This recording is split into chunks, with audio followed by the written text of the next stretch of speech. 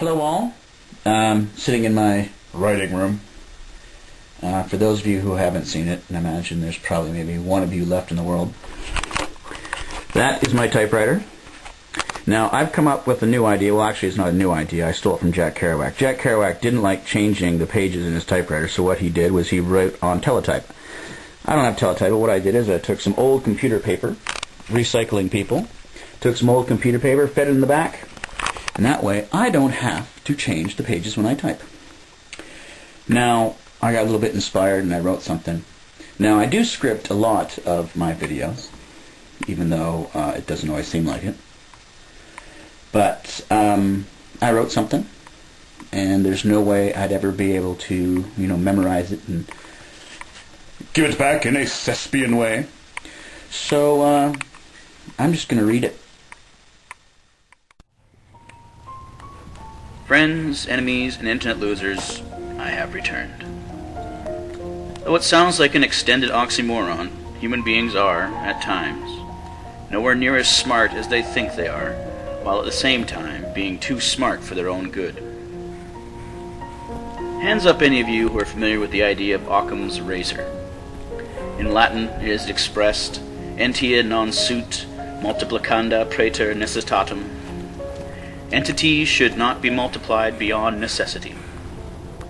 It is usually stated, all things being equal, the simplest explanation is usually the best or right one. I bring this up in reference to conspiracy theories. Human beings insist on maintaining their importance. That's part of the reason some of us believe in God. A God that looks like us, that we lowly mortals can actually understand. He created us special, to be his special and his little darlings. Not so enjoyable is the idea that our far distant ancestors crawled out of the primordial ooze to spend millions of years playing trial and error to arrive at our current less than perfect form. Despite the brilliance of our design, some aspects of our physiology are downright laughable, and if a creator exists, he is probably hiding out of embarrassment. There's almost nothing on this planet that couldn't kill us outright if it chose to do so. From Kodiak bears to microscopic bacteria, they all have our number. We don't like this, so we draw upon our chosen or special status to go about exterminating everything we choose.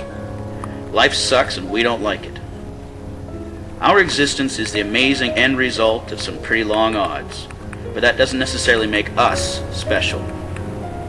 The most disturbing thing about nature is its apparent apathy. So we create mystic phantoms to look after us because we're special. But the idea of God has failed us. The vast majority live lives that look a lot different from the brochure. But we're special. Something must be wrong. Nope.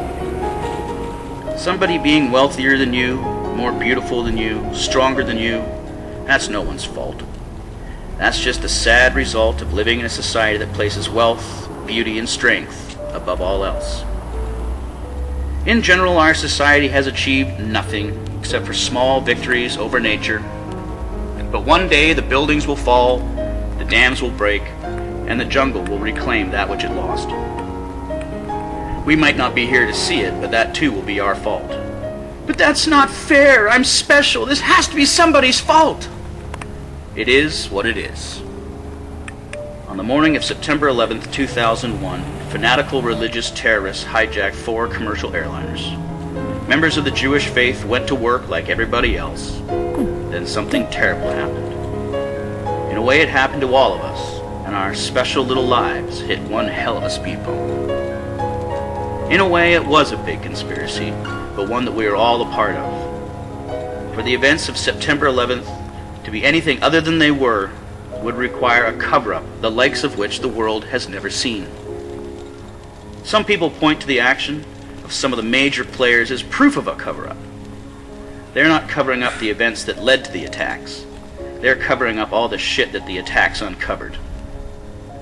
Imagine a car careening out of control, hitting a house. The owner of the house is being a little uncooperative with the police, but not because he had anything to do with the car crash, but that there's about 200 pounds of cocaine in his living room. The White House has proved they never needed a reason to invade the Middle East, so why invent one?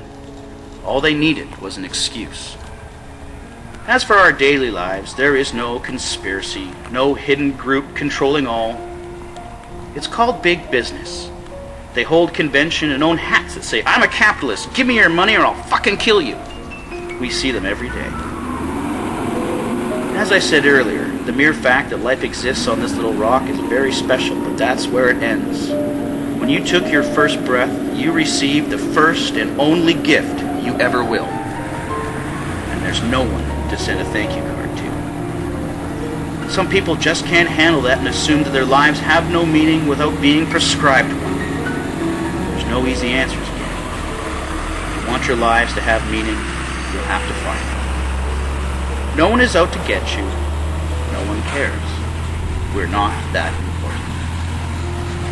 Why I achieved being here and why someone else came to be at a Mogadishu market can't and won't be answered. I just know that the best way for my life, blessed by comparison, for my life to mean something more, I need to spend it not searching for someone to blame for my troubles, but searching for a way to help other people with theirs.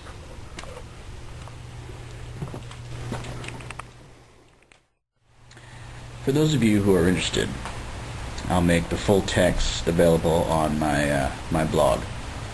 And I'll put the link there. Have a good day.